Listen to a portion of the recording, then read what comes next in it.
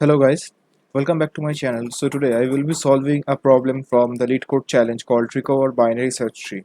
So this is a hard challenge, or rather a hard problem in LeetCode. So let's go through the problem statement once and let's see what it's asking us to do. So it says you are given a root of a binary search tree, or rather BST, where exactly two nodes of the tree were swept by mistake. Okay, recovered the tree without changing its structure. Follow-up question. Solution using O of n space is pretty straightforward. Could you do? Could you devise a solution in constant space? Okay. So basically, this uh, tree which is given to us, where two nodes are swapped by mistake, like these two red nodes are swapped, and we have to find out which two nodes are swapped, and we have to recover the binary search tree like this.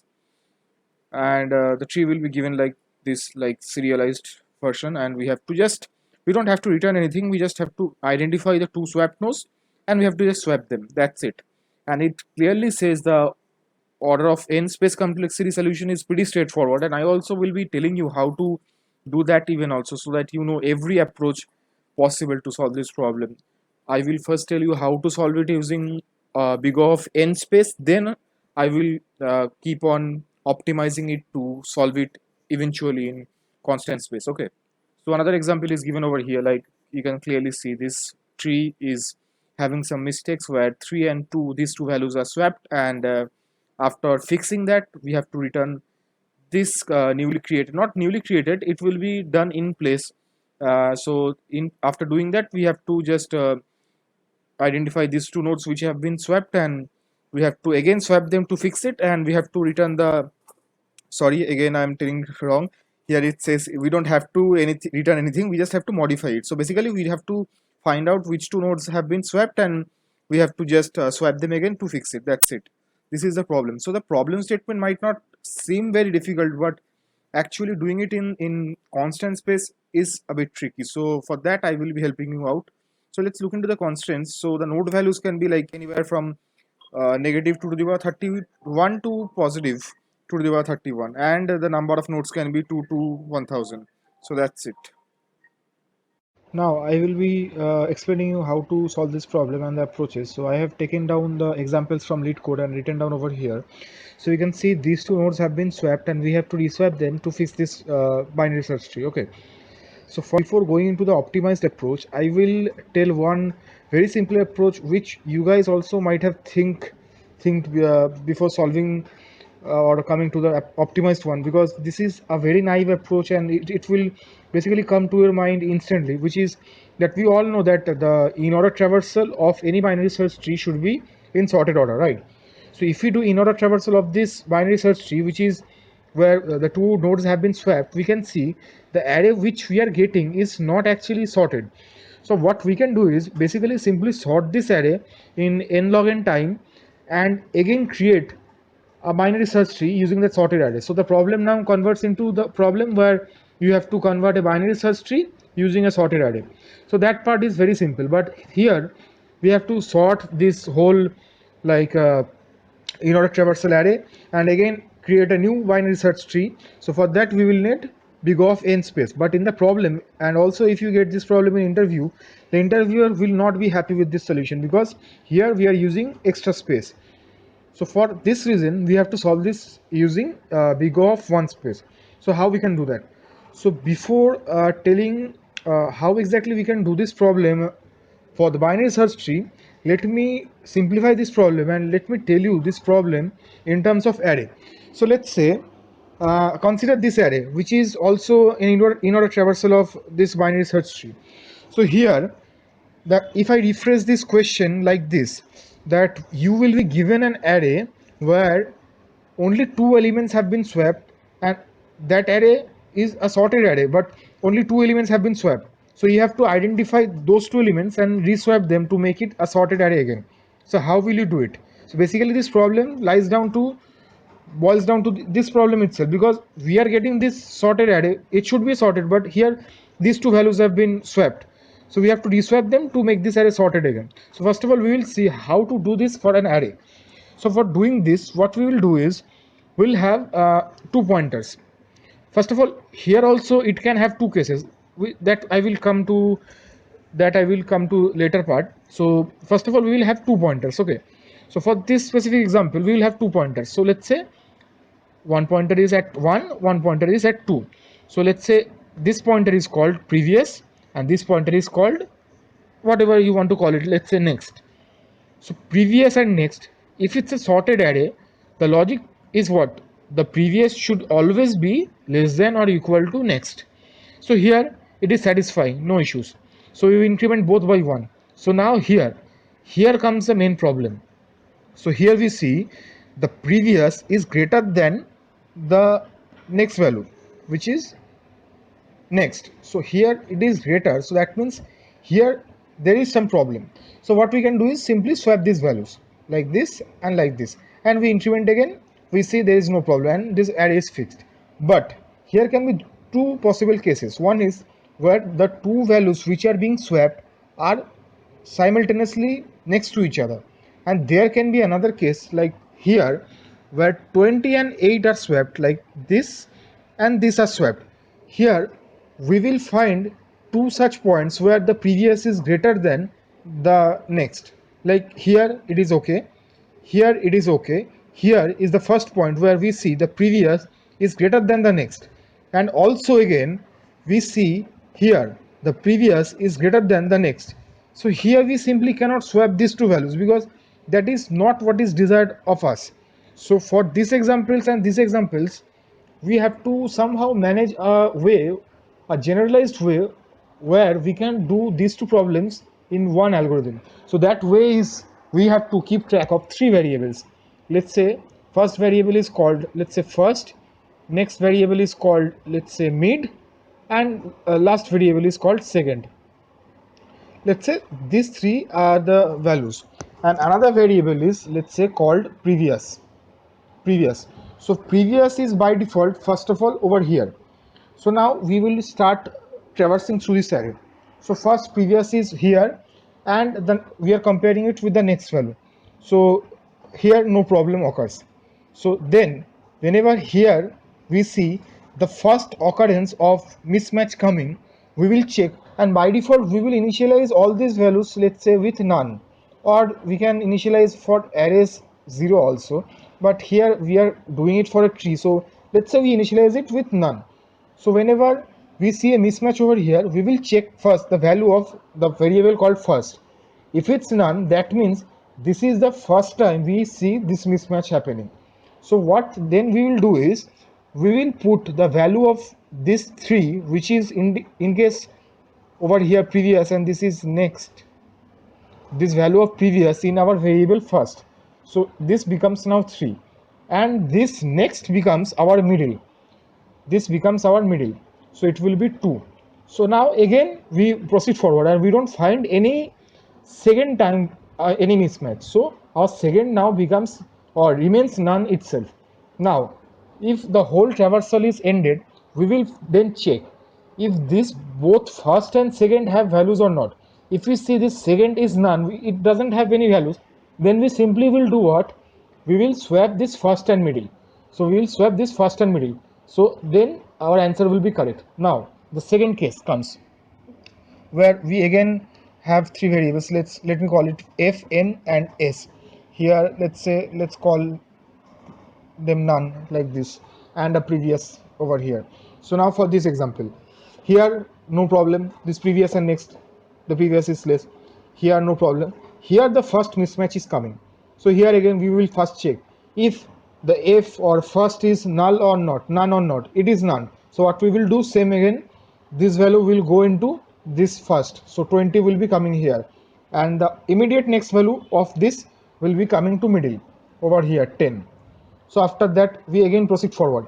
Again we see another mismatch. When another mismatch is coming, we have to now check the value of first again. We see this first is not none anymore. That means what? We already encountered one mismatch, and this is the second mismatch we are encountering. So now what we will do is we will simply put the value of next in the second. We put the value of next in the second. So this becomes 20, 10, and 8. Now the traversal ended, and we again check if the first and the second both have values, yes, they both have values, then what we will do, we will swap these two values, first and second. So these are the two cases. If they two have both have values, then we will swap. If only one has value, which in case it will be first, then we will swap first and mid. So this is the case where how we can solve this for an array. So this same logic we will imply or apply for binary search trees also. So now only one trick remains, that is how we can keep track of that previous and the current pointers of any binary search tree.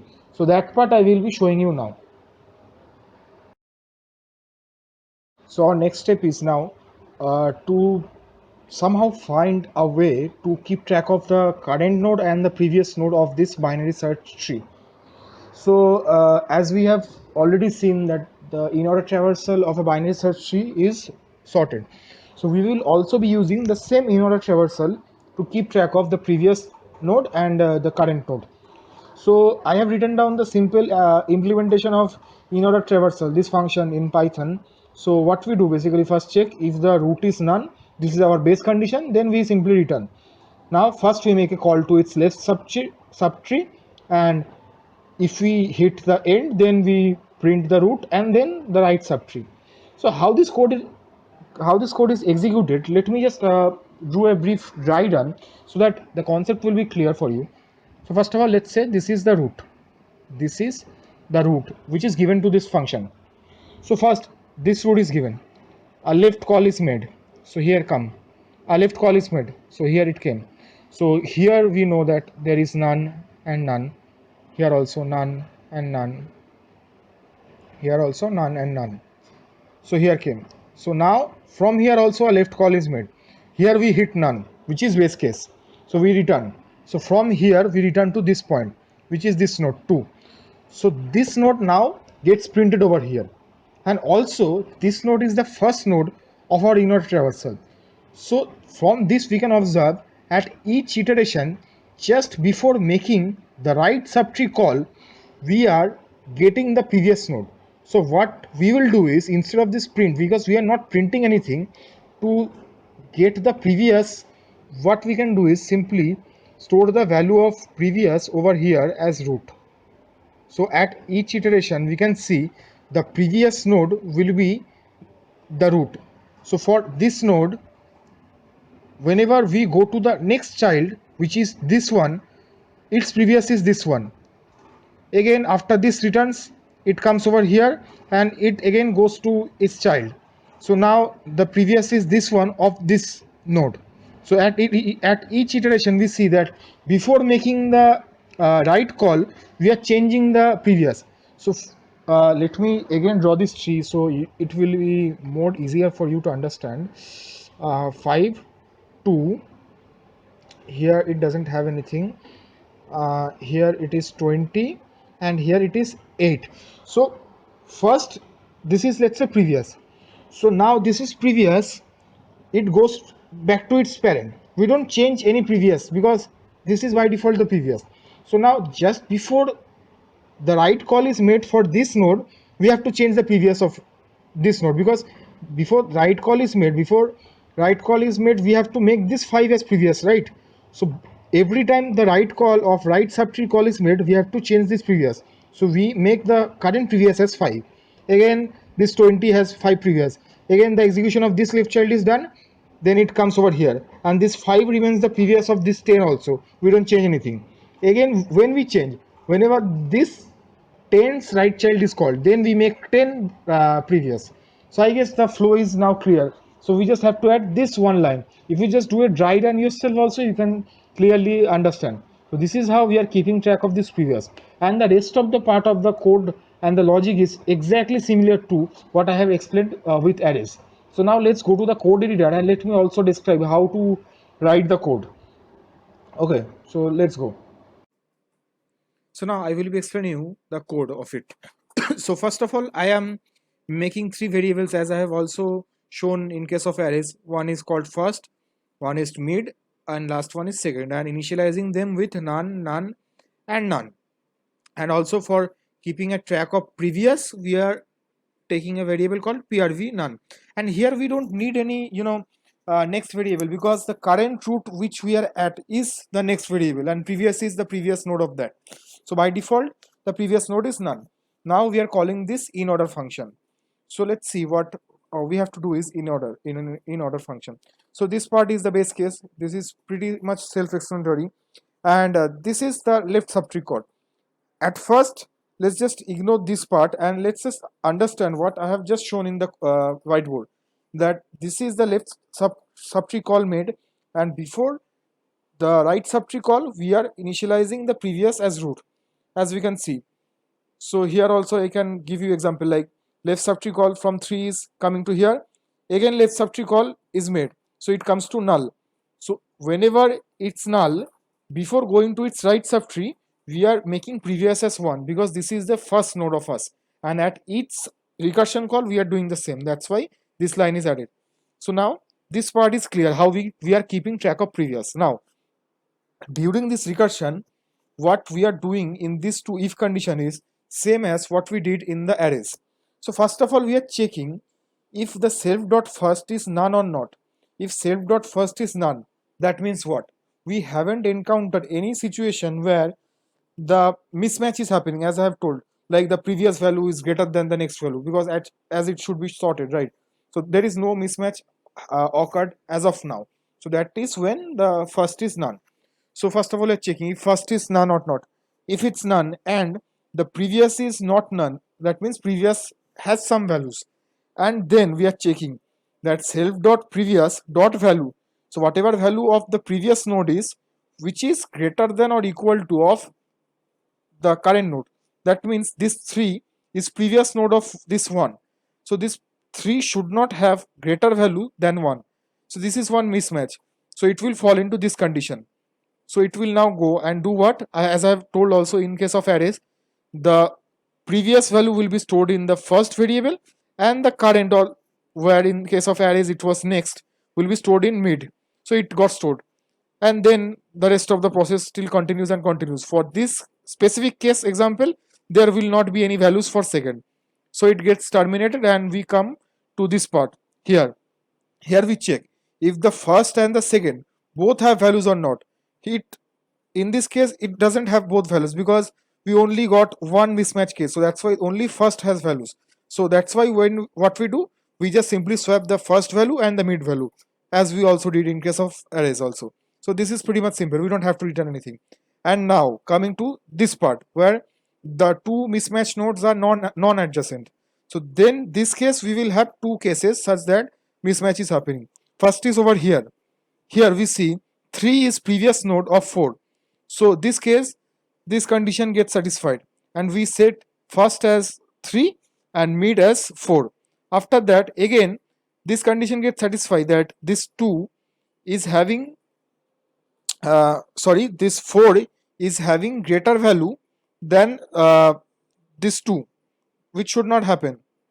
So in this case, sorry, this is, I'm getting wrong, sorry, this 3 and 2 is getting mismatched. So this 3 should not have the greater value than 2, because this 2 is over here in the right subtree, right? So this 3 should have always the lesser value than the right subtree. So in this case also one mismatch is happening. So in that case it will go into this second if condition, where we already have one mismatch, so this first value will have something.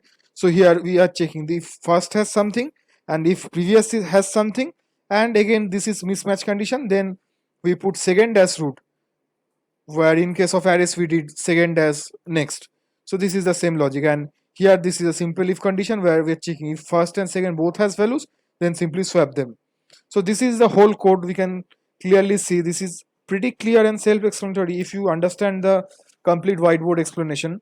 So in this code we can see we are not using any extra space, we are only using the recursive stack, so that is not considered as extra space or auxiliary space. So we are doing it in O of 1 auxiliary space and O of n time complexity, because we are just traversing the tree. So that is how we have to solve this problem, and that I hope you have understand, because this one was a hard problem on LeetCode, and the main trick was to solve it in constant space. So let me submit it and let's see if it gets accepted or not. So Yeah, it got accepted. So you can see clearly that this is how we have to solve this problem. I hope you liked our solution, and if you did, please make sure to like and subscribe to my channel also. Thank you for watching.